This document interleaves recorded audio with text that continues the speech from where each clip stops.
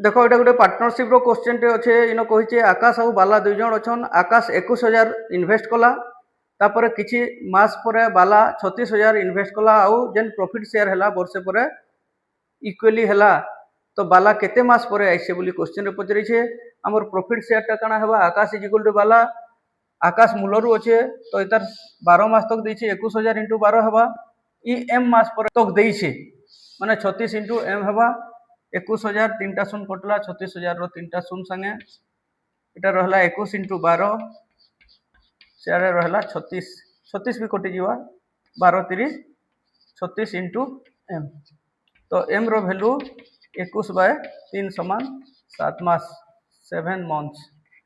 तो बाला केते मास तक इन्वेस्ट करछे बाबू 7 मास तक तो केते मास पर आसला 12 - 7 समान 5 मास 5 मंथ्स केन अच्छे आंसर ऑप्शन डी रे अच्छे बाला 5 मास पर आइछ इ प्रकार बहुत इजीली आंसर दे पारमा।